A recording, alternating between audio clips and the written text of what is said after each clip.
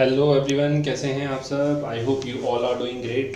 चलिए तो देखते हैं सिलेबस में क्या क्या चेंजेस आया 2026 में। नोटिफिकेशन आप सबके पास आ ही गया है। हम लोग एक बार एक ओवरव्यू ले लेते हैं, ठीक है। शुरुआत करेंगे आईटीओ के एग्ज़ाम से। चलिए, कुछ कुछ पॉइंट होंगे इसमें कॉमन होंगे, तो अपन दो डिस्कस कर लेंगे। आईटीओ, यूडीसी और आईटीआई के लिए क्या क्या पॉइंट्स कॉमन है, जैसे कि ग्रेस मार्क्स हो गया और आपके नंबर ऑफ अटैम्प्ट्स हो गए 10 जो होते हैं, ठीक है। आगे देखते रहेंगे अपन।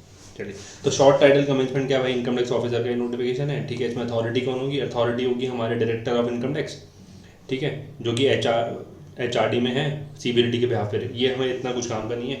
बेटरमेंट चांसेस के बारे में बाद में बात करेंगे। कंपिटेंट अथॉरिटी कौन है, additional director general income tax के टू, जो एचआरडी में, ठीक है। और सत्यपाल सर हैं शायद इसमें। न्यू पैटर्न एग्जामिनेशन 2026 कहलाएगा, 2026 और उसके आगे वाले एग्जाम्स के लिए एप्लीकेबल होगा, ठीक है। ओल्ड पैटर्न का मतलब जो 2009 में आया था, ठीक है।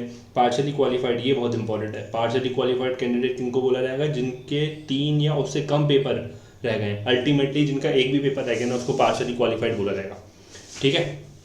चलिए, जिसके चारों पेपर निकल चुके हैं वो तो पास हो ही जाता है। पहले 4 4 पेपर होते थे यूडीसी, आईटीआई, आईटीओ में, अभी इसमें 5 5 5 कर दिया, ठीक है। चलो आगे बढ़ेंगे। एग्जाम की पीरियडिसिटी क्या होगी भाई साहब, वो बोल रहे हैं पहले कैलेंडर ईयर के पहले साल में हो जाएगा, बट होता नहीं। पहले हाफ ईयर में हो जाएगा, मतलब जुलाई तक खत्म होना चाहिए, बट ऐसा होता नहीं है। वो तो ठीक है, कंपिटेंट अथॉरिटी डिसाइड कर सकती है डेट्स को, ठीक है। रिव्यूइंग अथॉरिटी कौन होगा, डायरेक्टर जनरल होगा। ये जनरली सेम पॉइंट्स हैं, ठीक है। एग्जाम का इंचार्ज कौन होगा, सीसीआईडी चूज करेंगे। एग्जाम इंचार्ज होगा आपका प्रिंसिपल कमिश्नर या कमिश्नर, ठीक है। ये हमारे लिए कोई इंपॉर्टेंट है क्या, नहीं। अब इनकी जो एग्जाम इंचार्ज होता है ना, उनकी ड्यूटी होती है कि वो एप्लीकेशन फॉर्म कैसे फाइल कराएंगे, वेरिफिकेशन वगैरह कैसे करेंगे, पुराने मार्क्स कैसे हैं, वो सब वो उनकी ड्यूटी है, ठीक है। वो हमारी ड्यूटी नहीं है। एलिजिबिलिटी, कौन कौन आईटीओ के एग्ज़ाम दे सकता है, इंस्पेक्टर जो आईटीआई है ऑलरेडी, जिसने इंस्पेक्टर का एग्जाम क्लियर कर रखा है। ओएस, जिसने इंस्पेक्टर का एग्जाम क्लियर कर रखा है। टैक्स असिस्टेंट, जिसने इंस्पेक्टर का एग्जाम क्लियर कर रखा है। स्टैनो 1 2, जिसने इंस्पेक्टर का एग्जाम, जिन्होंने इंस्पेक्टर का एग्जाम क्लियर कर रखा है, वो आईटीओ का एग्जाम दे सकते हैं। क्लियर है। चलिए, इसमें कुछ भी नहीं होगा, कोई भी डाउट नहीं होना चाहिए, ठीक। इसमें एसटी, एससी और पीडब्ल्यूडी के जो कैंडिडेट्स होते हैं, जो फुली क्वालिफाइड है ओल्ड पैटर्न में और न्यू पैटर्न में, ठीक है, in the pass with relax standards shall also भी eligible to examination for betterment, वो बेटरमेंट के लिए एग्जाम दे सकते हैं, ठीक है। इस वाले में यदि किसी ने कैटेगरी से फाइल ओल्ड एग्जाम को क्वालिफाई कर दिया था, तो वो बेटरमेंट के लिए एग्जाम दे सकते हैं इस वाले में, ठीक है। वो बोला स्कीलिंग जो नंबर ऑफ अटैम्प्ट्स होते हैं वो सेम रहेंगे, जो 10 होते हैं। आगे की बात करेंगे। Chances and permission of age limit कोई नहीं है। आईटीओ में भी, आईटीआई में भी, यूडीसी में कोई एज लिमिट नहीं है, ठीक है। नंबर ऑफ अटैम्प्ट कितने होते हैं, 10, पहले भी यही होते थे। क्लियर है। आगे नंबर ऑफ अटैम्प्ट कितने होंगे, किसी भी एसएससी के बाद 10 अटैम्प्ट होंगे, ठीक है। चलो, इसमें इतना कुछ खास वो है नहीं, बस यही पॉइंट है कि ये कॉपी ना उन्होंने आईटीआई वाले से पेस्ट कर दिया, ठीक है, बट कोई बात नहीं। चैप्टर नंबर पेपर नंबर 5 होगा आईटी एप्लीकेशन एंड ऑपरेशन का, ठीक है। ये बेसिकली पेपर 5 आपके ठीक आगे देखेंगे। तो वो बोल रहे हैं कि पेपर 5 जो है वो देना जरूरी है। आगे इस पर डिस्कस करते हैं, मैं आपको आगे बताता हूँ, ठीक है। एज लिमिट कुछ भी नहीं है, ना आईटीओ एग्जाम्स के लिए, ना आईटीआई के लिए, ना फिर आपके यूडीसी के लिए, ठीक है। बेटरमेंट के चांसेस, जो कैटेगरी से पास किया है उनको बेटरमेंट एग्जाम दे सकते हैं वो लोग, ठीक है। बट जो नंबर ऑफ चांसेस दिए जाएंगे ना, वो 10 ही दिए जाएंगे, टोटल चांसेस 10 ही होंगे। क्लियर है। चलिए, जो सिस्टम भी पहले भी चला रहा था सेम है। पेपर ऑफ एग्जामिनेशन, ठीक है भाई साहब। अब कौन कौन से पेपर होंगे हमारे पास, पेपर 1 इनकम टैक्स लॉ, ठीक है, एंड टैक्स पेयर सर्विसेज। ये टैक्स पेयर सर्विसेज उन्होंने बढ़ा दिया, ठीक है। लिखा हुआ है विथ बुक, पहले भी लिखा हुआ था। बेयर एक्ट और रूल्स ये केवल होंगे। देखिए, बेयर एक्ट और रूल्स है ना, एग्जाम में थोड़ा सा ढूंढना बहुत मुश्किल हो जाता है। आपको 2 घंटे में 100 पेपर, 100 क्वेश्चन करने हैं, मतलब 120 मिनट में 100 पेपर करने हैं। 120 में से 20 मिनट तो कैलकुलेशन वगैरह में डालो, 100 मिनट में 100 क्वेश्चन करने हैं, 1 मिनट में 1 क्वेश्चन। आप कहाँ तक पन्ने पलटोगे और उसको देख पाओगे, ठीक है, तो मुश्किल होता है। तो ये आप भले ही लिखा हुआ विद बेयर एक्ट वगैरह, उसको हटा दो, आपको विदाउट बुक ही मान के चलना है। एडवांस अकाउंटेंसी, ये बिल्कुल सेम है जैसे चलता था पहले, ठीक है। अलाइड लॉ, यहाँ पे केवल अलाइड लॉ होता था आपका, ठीक। अब इसमें ऑफिस प्रोसीजर और ऐड कर दिया है, FRSR GR, ठीक। उनके बेयर एक्ट और जो बुक्स वगैरह अलाउड होगी वो होगी, ठीक। चलो, अल्टीमेटली यहाँ पे भी सेम पॉइंट है कि बेयर एक्ट से तो सब सामने सामने आप 40-50% ही समझ सकते हैं बाकी तो आपको रिटेन होना चाहिए, कंसेप्चुअल समझ में आना चाहिए, ठीक है।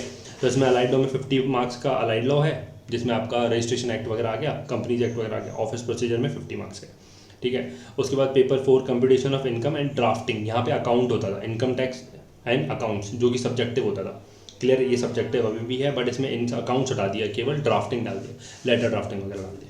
क्लियर है? चलिए आगे बढ़ेंगे। Paper 5 IT application and operation, ठीक है, ये बहुत इंपॉर्टेंट है, ठीक, इस पर मैं आपको बता रहा हूँ।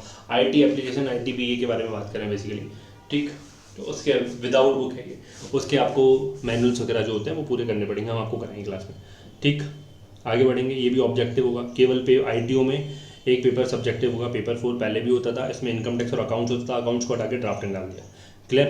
आगे बात करेंगे, ठीक। हर पेपर जो है 100 मार्क का होगा, जनरली 100 मार्क का ही है, ठीक। जो भी MCQ बेस पेपर है, MCQ बेस कौन से 1 2 3 5 है, ठीक।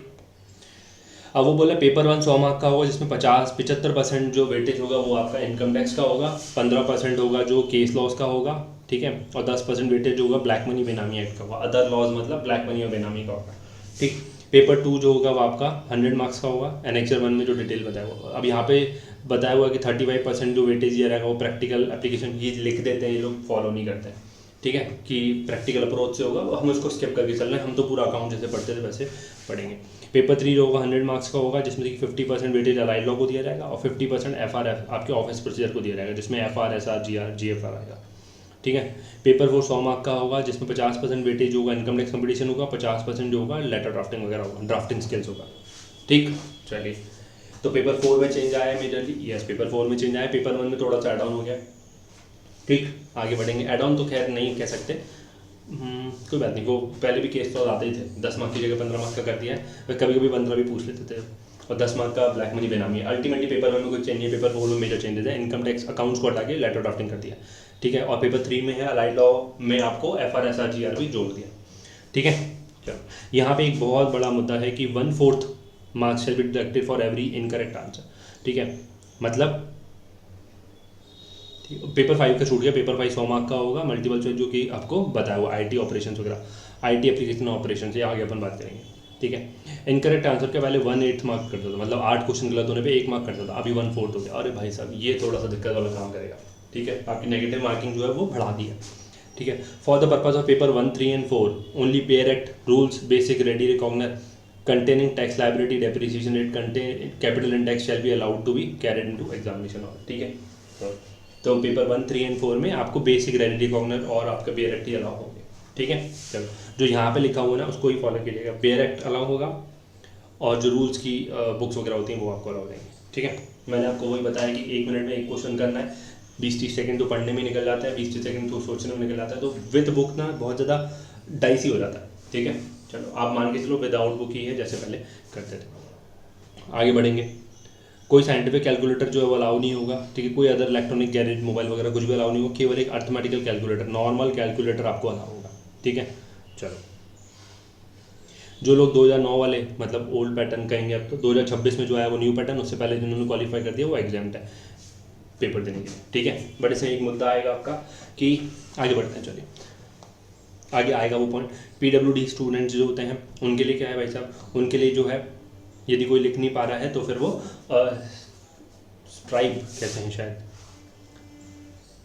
स्क्राइब को वो अपने बिहाफ पे पेपर लिखवा सकते हैं, ठीक है, उनके संग स्क्राइब, वो पहले भी ये रूल होता था तो सेम रूल है, ठीक है। बस यहाँ पे एक रूल आ जाए, पहले क्या खुद से अरेंज करना पड़ता था, यदि आप खुद से अरेंज नहीं कर पा रहे तो आप अपने एग्जाम इंचार्ज को बोल के उनके थ्रू भी अरेंज करा सकते हैं, ठीक है। बट यहाँ पे क्वालिफिकेशन की थोड़ी डिटेल दे दी है कि क्वालिफिकेशन में क्या है, बेसिकली जितनी आपकी क्वालिफिकेशन है उससे कम ही क्वालिफिकेशन होनी चाहिए उनकी, ठीक। चलो, तो एक बार रीड कर लीजिएगा, मेरे को इतना खास इसमें लगा नहीं, मेरे चेंजेस इसमें लगे, ठीक है। चलो, अल्टीमेटली ये है कि पहले क्या क्वालिफिकेशन की लिमिट थोड़ी नहीं दी होती है, एक्सप्लेन नहीं की होती है, अभी थोड़ी ज़्यादा एक्सप्लेन करनी है, ठीक है। चलो, अब यहाँ पे एक और पॉइंट है कि हर पेपर के लिए आप अलग अलग स्क्राइब भी, एक पेपर के लिए एक स्क्राइब, मतलब 4 पेपर आपको देना तो 4 अलग अलग स्क्राइब को भी आप ले सकते हैं, ठीक है। ये थोड़ी सी बेनिफिट उनको दे दी गई। आगे बढ़ते हैं, यहाँ आप मुद्दे की बात है, कौन से पेपर आपके अनक्वालिफाइड थे ओल्ड पैटर्न में और उसके बदले कौन सा पेपर आपको देना पड़ेगा, ठीक है। चलो, यदि पेपर 1 आपका पहले वाले में था तो पेपर 1 देना पड़ेगा, पेपर 2 की जगह पेपर 2 देना पड़ेगा, ठीक है। पेपर 3 की जगह नया वाला पेपर 3 देना पड़ेगा, allied law and office procedure. Paper 4 IT and accountancy की जगह आपको IT एंड ड्राफ्टिंग देना पड़ेगा, ठीक है। पिछली बार बहुत सारे लोगों ने ITO पेपर 4 निकाल दिया, काफ़ी लोग बच गए, वरना दोबारा से लेटर ड्राफ्टिंग वगैरह देखना पड़ता, ठीक है। चलिए, तो पेपर 4 आपका सब्जेक्टिव है। अब यहाँ पे क्या बोल रहा है, पार्शली क्वालिफाइड कैंडिडेट्स, हमने क्या पढ़ा, जिनके 3 से कम पेपर रह गए, यदि किसी के 4 पेपर जिसके 3 से कम पेपर रह गए उनको पार्शली क्वालिफाइड बोला जाएगा, 3 या उससे कम पेपर रह गए, ठीक है। अब भले ही उन्होंने किसी का एक पेपर रह गया, सपोज करते हैं पेपर 4 केवल रह गया, तो उसको नया वाला पेपर 4 तो देना ही देना है, साथ में पेपर 5 भी देना है। Shall be required to qualify the newly introduce paper 5 also in order to pass the examination, ठीक है। जिन लोगों का एक भी पेपर रह गया है तो उनको पेपर 5 भी देना जरूरी है। किसी का पेपर केवल 1 रह गया तो पेपर 5 भी देना जरूरी है, केवल पेपर 2 रह गया तो पेपर 5 भी देना जरूरी है। क्लियर है, ये थोड़ा सा बड़ा मुद्दा आ गया। किसी के चारों पेपर रह गए हो तो भाई साहब तो उसको 4 तो देने ही देने हैं, उसके अलावा पेपर 5 तो देने हैं, अल्टीमेटली पेपर 5 सबको देना है, ठीक। चलो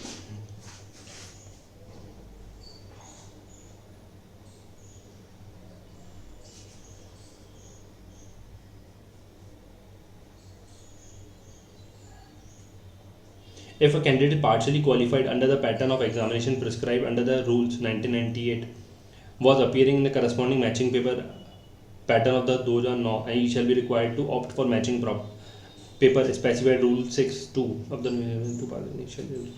ये बोल रहा है। देखिए 2009 में आई थी स्कीम आपके डिपार्टमेंट की, अभी 2026 में आई है, ठीक है। उससे पहले 1998 में आई थी। क्लियर है, यदि कोई 2009 से पहले वाली स्कीम को फॉलो करता हुआ आ रहा था, ठीक है, तो उसको भी वो पेपर 5 देना जरूरी है in order to pass the exam, ठीक है। अल्टीमेटली पेपर 5 आपको सबको देना है, ठीक है। चलिए देखेंगे पास परसेंटेज क्या होंगे। पहले क्या होता था आपका ITU में, तो खैर कुछ चेंज हुआ नहीं है, यहाँ पे 7 मार्क्स की जगह 5 मार्क्स कर दिया है, ये बहुत बड़ा मुद्दा है, ठीक है। पास पर ग्रेस मार्क्स पे बनाएंगे, चलिए पास पर उस पर आता है।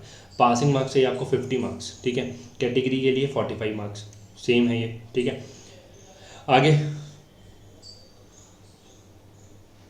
जिन्होंने 50 मार्क्स या 45 मार्क्स अटेंड कर लिए किसी एक पेपर में, तो उनको अगले साल वही पेपर से एग्जाम कर दिया जाएगा, मतलब दोबारा नहीं देना। यदि आपने 100 में से 50 मार्क्स ले लिए हैं, 51 मार्क्स ले लिए मानते हैं, या 50 मार्क्स ले लिए हैं, तो फिर आपको अगले साल वो पेपर एग्जाम हो जाएगा, आपका वो पास मार्क जाएगा, आपको अगले साल दोबारा वो पेपर नहीं देना है।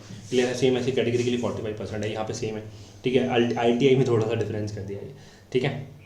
आगे बढ़ेंगे, यहाँ पे वो बोल रहे हैं कि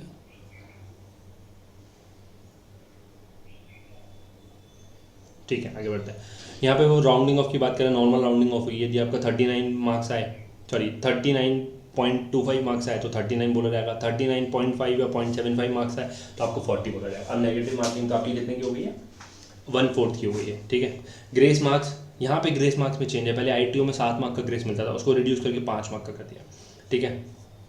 ग्रेस मार्क्स पॉलिसी को introduce with the purpose of enabling marginal facilities to pass, ठीक है।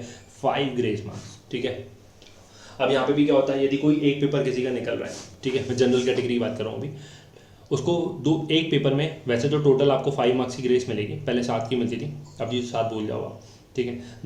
यदि कोई एक पेपर SSC का किसी स्टूडेंट का निकल रहा है, तो फिर उसको मैक्सिमम एक पेपर में 2 मार्क की ग्रेस मिल सकती है, ठीक है। सपोज आपके किसी पेपर में 48 आए तो आपको 2 मार्क जोड़ के 50 मान के आपको पास कर देंगे, ठीक है। चलिए, बट मैक्सिमम एक पेपर में आपको 2 मार्क की ग्रेस ही मिल सकती है। बट यदि सारे ही पेपर निकल रहे हैं आपके, तो 5 मार्क की ग्रेस एक साथ मिल सकती है, ठीक है। चलिए, सपोज आपके सारे पेपर क्लियर है, 1 2 3 क्लियर है, केवल पेपर 4 में आपके 45 मार्क्स हैं, तो आपको पूरे 5 मार्क की ग्रेस मिल जाएगी, ताकि आप सारे पेपर क्लियर करें, ठीक है। ये रूल से पहले जैसा ही है, बस 7 से 2 मार्क कर दिया गया, क्लियर। चलो, जो आपने ग्रेस पहले अवेल कर ली, वो आपके 5 मार्क्स में से 5 ग्रेस जो अलाउड होता है उसमें से कम हो जाएगी, ये नॉर्मल प्रोविजन है, ठीक है। यहाँ पे unfair means treatment of candidate using unfair mean, यदि आपने चीटिंग वगैरह कोशिश करनी करी तो फिर आपके ओवर कंप्लाइन पूरा जवाब वगैरह मांगा जाएगा और आपको डिस्क्वालीफाई किया जा सकता है एग्जाम से। इसको आप पढ़ना चाहें तो पढ़ लीजिएगा, ठीक है। पनिशमेंट वगैरह दी जाएगी आपको, एग्जाम देने से डिस्क्वालीफाई वगैरह भी किया जा सकता है। रिव्यूइंग अथॉरिटी आपसे 30 दिन के अंदर पूछा जाएगा कि भाई आप अपना पक्ष रख दो, फिर रिव्यूइंग अथॉरिटी इसको चेक करेगी और अपने अपर अथॉरिटीज़ को अपना जवाब देगी, ठीक है। रिवैल्यूएशन रिप्रेजेंटेशन, कोई भी रिक्वेस्ट नहीं एक्सेप्ट नहीं की जाएगी रिवैल्यूएशन की। हम लोग RTI के थ्रू कॉपी तो मंगवा लेते थे, RTI के थ्रू कर सकते हैं, अभी भी सब्जेक्ट वाली कॉपी केवल, ठीक है। बाकी MCQ वाली तो कॉपी आई जाती है, तो अब रिवैल्यूएशन के लिए रिक्वेस्ट नहीं दे सकते, ठीक है। चलो, अब तो यहाँ पे रीटोटलिंग के लिए भी मना कर दिया कि रीटोटलिंग के लिए भी आप नहीं दे सकते, ठीक। डिपार्टमेंट आपको जैसे एग्जाम क्वेश्चन पेपर आपकी आंसर शीट जो प्रोवाइड कराता है वो आपको प्रोवाइड कराएगा, ठीक है। चलो, ये तो पहले पुराने जैसे ही चलता है। फिर आपको यदि कोई आंसर में चेंज लग रहा है तो आप रिप्रेजेंटेटिव की अपना रिप्रेजेंटेशन रख सकते हैं डिपार्टमेंट में, ठीक है। Director of income tax HRD को पढ़ेंगे, जब वो आंसर शीट आती है तो बताते भी हैं कि आपको कहाँ कहाँ कितने दिन के अंदर करना है, ठीक है। आगे बढ़ते हैं। Application for appearing the examination, आपको एप्लीकेशन कैसे क्या फाइल करनी है, वही पोर्टल के थ्रू फाइल होगी। अब तो आपका UDC भी क्या हो गया, ऑब्जेक्टिव बेस हो गया, ठीक, list of statement to be signed in charge of examination, ठीक है, ये एग्जामिनर इंचार्ज होता है ना, उनको फॉलो करना है कि उनको कैंडिडेट कितने कैंडिडेट किस किस सीट्स पे बैठे थे, वो लोग सबकी लिस्ट वगैरह पहुंचानी पड़ती है, ठीक है। हमारा नहीं है, रिजल्ट क्या होगा, अब तो ऑब्जेक्टिव बेस है, सब कुछ सैनिटराइज रिजल्ट आएगा। पहले यूडीसी का रिजल्ट जो होता था रीजनल बेसिस पे आता था। आगे बढ़ते हैं, syllabus for income tax officer, ठीक है। सिलेबस क्या है भाई साहब, पेपर वन बेसिकली क्या है, income tax till it's applicability 1961। अब यहाँ पे क्लियर नहीं किया होगा, ठीक है, ये न्यू एक्ट आएगा कि ओल्ड एक्ट आएगा, न्यू एक्ट भी उन्होंने डाली, income tax 2025 as amendment from time to time along with the relevant. तो मैं मान के चल रहा हूँ दोनों ही एक्ट वाले पूछेंगे, यहाँ क्लियरली बता देते कि असेसमेंट ईयर कौन सा एप्लीकेबल होगा, ठीक है। चलो ये फाइनेंशियल ईयर कौन सा एप्लीकेबल होगा, तो ज़्यादा थोड़ा सा रेलेवेंट हो जाता है, क्योंकि बजट में तो चेंज आएंगे ही आएंगे, तो हमको तो भाई साहब दोनों ही करने हैं। यहाँ पे उन्होंने क्या कर दिया, डायलेमा में छोड़ दिया, ठीक है। चलो अब यहाँ पे कॉइन था बढ़ा दिया, 75 मार्क्स का है आपका ये इनकम टैक्स वाला, 15 मार्क का केस लॉ है और आपके 10 मार्क के ब्लैक मनी बेनामी है, ठीक है। चलो अब यहाँ पे tax payer service, digital service delivery, tax payer charter and service delivery standards, ठीक है, practical application of tax payer services, personalize communication कैसे होगी, डिजिटल प्लेटफॉर्म को कैसे यूज़ कर सकते हैं, ट्रेसेस क्या कैसे काम करता है, 26 AS वैसे हम पढ़ाते हुए, e PAN, pre file, ITR, ask, Sevottam कैसे काम करता है, grievance redressal system, tax payer services, CP gram कैसे काम करता है, ठीक है, उसके बारे में, ई निवारण कैसे काम होता है, ठीक है, उसके बारे में थ्योरेटिकल बढ़ा दिया, प्रैक्टिकल थोड़ा अप्रोच सकते ना। ITO में तो थोड़ा प्रैक्टिकल ही जाना था, क्योंकि लोअर स्टैंड UDC और ITI में थोड़ा थ्योरेटिकल चल जाता है, बट ITO में थोड़ा प्रैक्टिकल जाना था, बट वो किया नहीं। 15 मार्क्स जो अलॉट किए रहेंगे वो MCQ होंगे आपके जजमेंट्स के ऊपर, ऑनरेबल सुप्रीम कोर्ट के, ठीक है, यहाँ स्पेसिफिक बोल दिया सुप्रीम कोर्ट के जजमेंट ही होना चाहिए। किसके टॉपिक्स पे बता दिया, जजमेंट नहीं बताया, वो टॉपिक्स बता दिए, किस पे कौन कौन से बिजनेस के एक्सपेंडिचर अलाउ होंगे और डिसअलाउ होंगे, कैपिटल गेन पे कोई ये जजमेंट आया हो तो, एग्जामिशन डिडक्शन के ऊपर जजमेंट आया, cash credit unexplained income chapter 12 में हम लोग आपको पढ़ाते थे, सेक्शन 68 से 69D तक ये हम आपको पढ़ाते थे। न्यू एक्ट में सेक्शन 102 से 106 है शायद, ठीक है। न्यू एक्ट का सेक्शन याद करने में थोड़ा सा टाइम लगेगा ही लगेगा। रीअसेसमेंट, रीओपनिंग ऑफ असेसमेंट, ठीक है, इसके ऊपर कोई केस होगा, सर्च असेसमेंट या रिविजनल जुडिशनल रिवीजन, ठीक है, उसके ऊपर कोई केस होगा। तो अदर एक्ट में कौन कौन से आ गए, 10 मार्क के होंगे, ये आपके ब्लैक मनी और बेनामी, ये हम कर ही चुके हैं, क्लियर। चलिए इस पर एक ब्लैक मनी की स्कीम आई है बजट 2026 में, उसको देखेंगे। आगे बढ़ते हैं, इनकम टैक्स ऑफिसर का पेपर 2 एडवांस अकाउंटेंसी, ठीक है। एडवांस अकाउंटेंसी का पेपर कौन सा होगा, जो अपन करते थे, इसमें क्या क्या होगा भाई साहब, अकाउंटिंग साइकिल होगी, हम पहले ही करते थे, फाइनल अकाउंट्स होंगे, trading account, P&L account, balance sheet बनाना, ये ऑलरेडी करते थे, चैप्टर 1 ही होता था। पार्टनरशिप अकाउंट हमारा चैप्टर 2 होता था, इंक्लूडिंग कंस्टिट्यूशन डिसोल्यूशन, हम आपको पूरा ही करा के चलते थे, डिपार्टमेंट का कोई भरोसा नहीं है, ठीक है, हम पूरे पार्टनरशिप आपको पढ़ा के चलते हैं। कंपनी अकाउंट में फाइनल अकाउंट्स होंगे, शेयर का 4 फीचर इशू होगा, कंटिजेंट एक्सपेंडिचर्स होगा, ये हम बता चुके हैं, कंटिजेंट एक्सपेंडिचर, ठीक है, कंटिजेंट लायबिलिटी होता है, एक्सपेंडिचर नहीं होता। चलिए कंटिजेंट लायबिलिटी को आपके बैलेंस शीट में रिकॉर्ड नहीं किया जाता, केवल नीचे केवल शो किया जाता है फुटनोट में कि इतना इतना लायबिलिटी हमारी हो सकती है कंटिजेंट, ठीक है। हायर परचेज ऑलरेडी इंक्लूडेड है, joint venture account already included है, डेप्रिसिएशन हम ऑलरेडी करते हैं, straight line method, WDV method, ठीक है। आगे बढ़ते हैं, basis of following accounting standard issued by the ICAI, disclosure of accounting policies, ये ऑलरेडी कवर है, AS2 कवर है, 7 कवर है, 9 कवर है, 10 कवर्ड है, 11 कवर्ड है, ठीक है।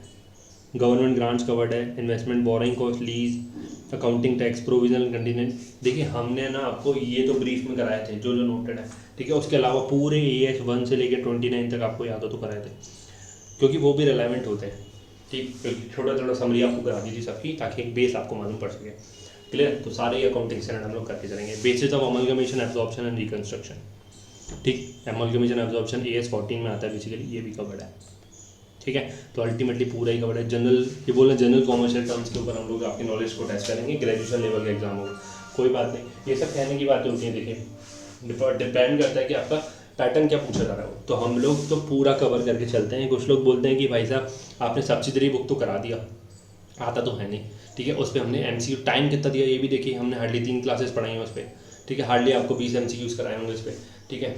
जब यहाँ पे BRS लिखा नहीं हुआ, ठीक, बट गलती से BRS पूछ लिया तो, ठीक, तो इसलिए हम ज़्यादा रिलेवेंट, जितने हार्डली 3 चैप्टर होते हैं जो हमने आपको एक्स्ट्रा पढ़ाए होंगे इसमें, एरर्स एंड द रेक्टिफिकेशन, हम चाहें तो हटा सकते हैं, बट डिपार्टमेंट का कोई भरोसा नहीं है, ठीक है। इंटरलिंक चैप्टर्स होते हैं, ऐसे 1 to 1 आप करके नहीं कर सकते, तो इसीलिए उसको सेग्रीगेट करना बहुत ज़रूरी होता है, ठीक। चलिए तो इसलिए हमने ज़्यादा टाइम नहीं दिया, लेकिन आपको कवर पूरा कराया, क्योंकि मैं मानता हूँ कि ज़्यादा कवर कर लेना चाहिए, इस बेटर कि आप कुछ पॉइंट छोड़ें, क्योंकि ये ज़्यादा टाइम खाते नहीं कंसेप्चुअल होते हैं, ठीक है। चलिए paper 3 allied law and office administration, ठीक है, office procedure, FR SR GFR ये आपका बढ़ा दिया है, ठीक। अलाइड लॉ में इंडियन कॉन्ट्रैक्ट एक्ट पहले होता था, ट्रांसफर ऑफ प्रॉपर्टी एक्ट होता था, सक्सेशन एक्ट होता था, ठीक है, कंपनीज एक्ट होता था, पार्टनरशिप एक्ट इसमें होता था, CPC होता था, ठीक है, IT एक्ट होता था, RTI होता था, लिमिटेड लाइबिलिटी पार्टनरशिप एक्ट, ठीक है, LLP बढ़ा दिया, ठीक है, करेंगे इसको भी कवर। अब यहाँ पे जो सेक्शन बोले हुए हैं ना उनको तो थॉरोली कवर करते हैं, आप इसके अलावा भी कभी कभी चले जाते हैं, ठीक है, देखेंगे करेंगे, आगे बढ़ते हैं। Office procedure, fundamental rule, supplementary rule, CCS conduct rules, ठीक है, CCS leave rules, pension rules, delegation of financial power rules, general financial rules, ठीक है, office manual office procedure, protection of women in sexual harassment, post act, the right of person with disabilities, RPWD, handling public procurement via GEM in contract management, ठीक है, ठीक, tender वगैरह कैसे निकलेंगे वो सब उसके बारे में बात है, नॉर्मल पॉइंट्स है। अब यहाँ पे पॉइंट बस यही है कि 50-50 मार्क्स के हैं दोनों, ठीक है, आगे बढ़ेंगे। पेपर 4 यहाँ पे आपका पहले इनकम टैक्स और अकाउंट्स होता था, उसकी जगह income tax and drafting skills आ गए, ठीक है, इनकम टैक्स पूरा heads of income, exemption, deduction, gross total income, aggregation of income, set off, carry forward losses, clubbing of income, ठीक है, computation of total income, individual, partnership, LLP, company की total income, tax payable निकाल दो, ठीक है, computation of tax, interest and refund, सब कुछ निकालना है, क्लियर है। तो हमने क्या छोड़ा, कुछ भी नहीं छोड़ा, ठीक, इन्हीं पॉइंट्स हम लोग डिस्कस कर देते हैं, आगे बढ़ेंगे। अब यहाँ पे अकाउंट्स हटा के ड्राफ्टिंग स्किल्स आती है। अब ड्राफ्टिंग में भी 50 मार्क्स का मतलब अच्छा वेटेज है। Drafting of statutory notice including questionnaire, show cause notice, ठीक है, असेसमेंट ऑर्डर की ड्राफ्टिंग, आगे बढ़ते हैं, पेनल्टी नोटिस, पेनल्टी ऑर्डर इनकी ड्राफ्टिंग, ठीक, drafting of income loss determination proposal ILDP, drafting of basis of office communication relating to assessment, remand, refund, rectification, ठीक है, विद इन जो ऑफिस आपका कम्युनिकेशन होता है, इंटरनल कम्युनिकेशन, ठीक, उसकी ड्राफ्टिंग, क्लियर है। तो यहाँ तक था हमारा। अब पेपर 5 हमारा था IT एप्लीकेशन एंड ऑपरेशंस, ठीक है, ये बहुत इंपॉर्टेंट है क्योंकि ये सबको देना है, ठीक, जिनका एक भी पेपर रह गया है ना, सपोज किसी का केवल पेपर 1 रह गया है, केवल पेपर 2, केवल पेपर 3, केवल पेपर 4 रह गया है, उन सबको पेपर 5 देना है, और जिसके सारे पेपर रह गए हैं उसको भी सारे पेपर 5 तो देना ही देना है, ठीक है। चलो